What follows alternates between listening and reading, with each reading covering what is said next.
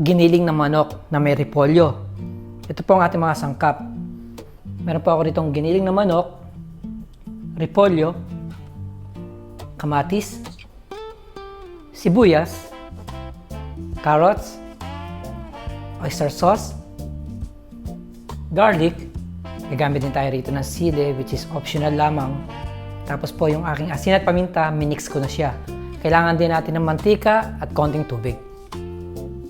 Mag-i-start na po tayo. Ipapainit na pa ako ng mantika. Magigisa na tayo ng garlic. Make sure lang na yung garlic ay magisa ng maigi. Once na mapula na yung garlic, siya pa yung nagpapasarap sa ating paggigisa.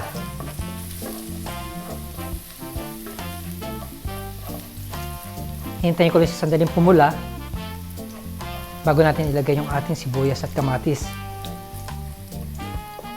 Dahil pag hilaw po yung garlic, hindi po masarap ang kakalabasan. So ayan, medyo toasted na yung ating bawang. Sibuyas naman.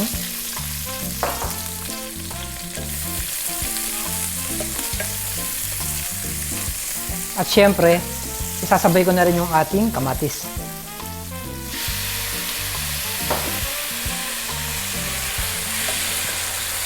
Gigisahin ko lang siguro siya ng mga 2 minuto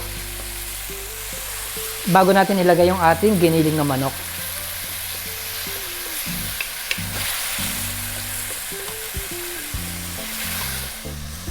Ayan, luto na po yung ating sibuyas at kamatis. Pwede na po natin i-add yung ating chicken.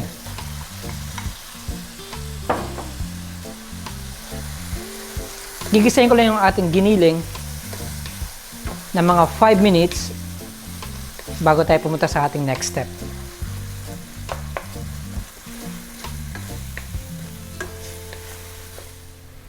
Ayan po, bali nagisa na natin yung ating giniling na manok. Ang susunod po natin na gagawin, i-add ko na yung ating carrots, fresh chili, salt and ground black pepper,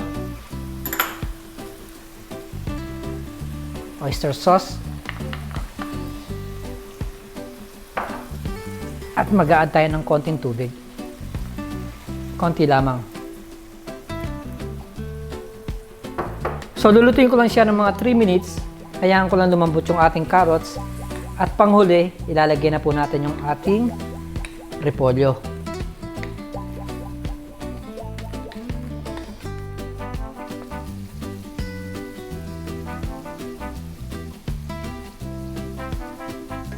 Ngayon naman po, pwede na natin ilagay yung ating cabbage.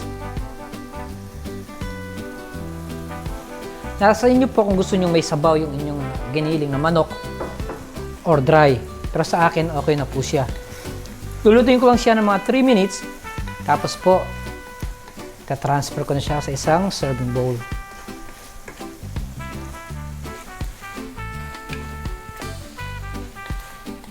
Luto na po ang ating napakasarap na giniling na manok sa repolyo. Muli, marami pong salamat sa panonood ng howtogreatfilipinofood.com. Mabuhay! This is ginisang upo. What I've got here is upo. Now upo is white pumpkin. White pumpkin is a kind of long, it looks like a cucumber but much bigger, or kind of courgette kind of thing with a lighter green. Here we've got shrimps, dried shrimps, tomato, onion, carrots, salt and pepper, ginger, garlic, fresh chili, fish sauce and oyster sauce. Let me just have a chat about amounts. I've got about 4 cups there of the white pumpkin. Just over a cup of dried shrimps, equal amounts there of tomato, that's like 2 regular sized tomatoes, 1 onion, 1 cup of carrots, tablespoon and a half of garlic and ginger each, teaspoon each of salt and pepper, chili, up to you how much you want to put in, Fish sauce, there's about a tablespoon there. Now be very careful with fish sauce because it is strong, so be careful. And then about 2 tablespoons of the oyster sauce. June's going to start us off with some oil and add some water. Mabuhay! Kumusta po? Ngayon po ipagluluto ko naman kayo ng ginisang upo. Ito po yung ating mga sangkap.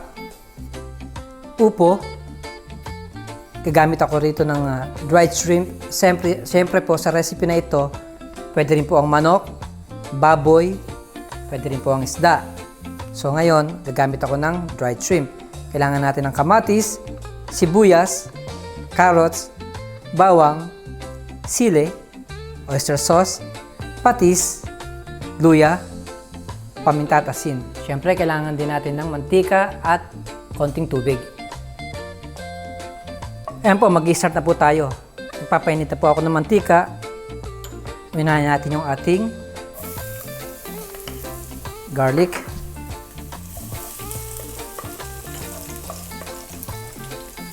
Talagay ko na rin yung ating ginger or luya. So, hintayin lang natin siyang mag-golden brown. Tapos po, i-add na po natin yung ating onion.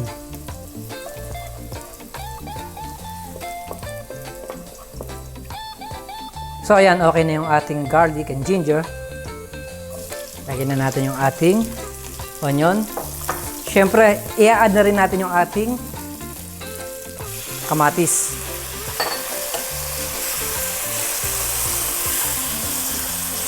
So, gigisahin ko lang siya ng mga 2 minutes. Once na nag-produce na ng fluid or moisture yung ating kamatis, pupunta na po tayo sa ating next step.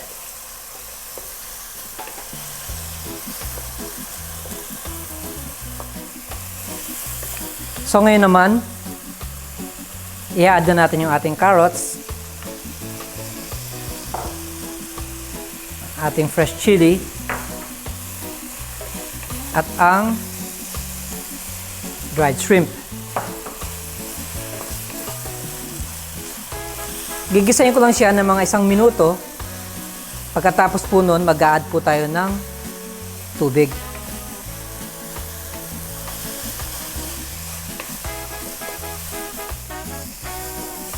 Ayan, bali medyo tinoast ko lang yung ating dried shrimp at half cooked na po yung ating carrots. Ang gagawin natin ngayon, maglalagyan tayo ng tubig.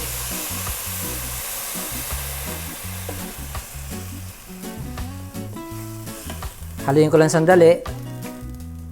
Tapos po, mag-a-add na tayo ng oyster sauce. Gayon din ang paminta at asin. So, haluin ko lang sandali.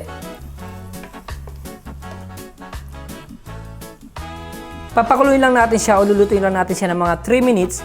Once na nag-boil na po siya, ilalagay na po natin yung ating upo at ang panghuli yung ating patis. Punta na po tayo sa last stage ng ating pagluluto ng ginisang upo. Okay na po yung ating dried shrimp. So, lagay na natin yung ating white pumpkins or upo. Haluin ko lang sandali. Tapos po, titimplahan na natin siya ng fish sauce. Lulutuin ko lang siya ng mga 4 to 5 minutes. Kailangan po may cover siya. At pagkatapos po nun, pwede na po siyang i-transfer sa isang serving bowl. Ito na po ang ating finished product. Napakasarap at simple lamang na lutuin na ginisang upo. Muli, marami pong salamat sa panonood ng HungryGreatFilipinoFood.com. Mabuhay!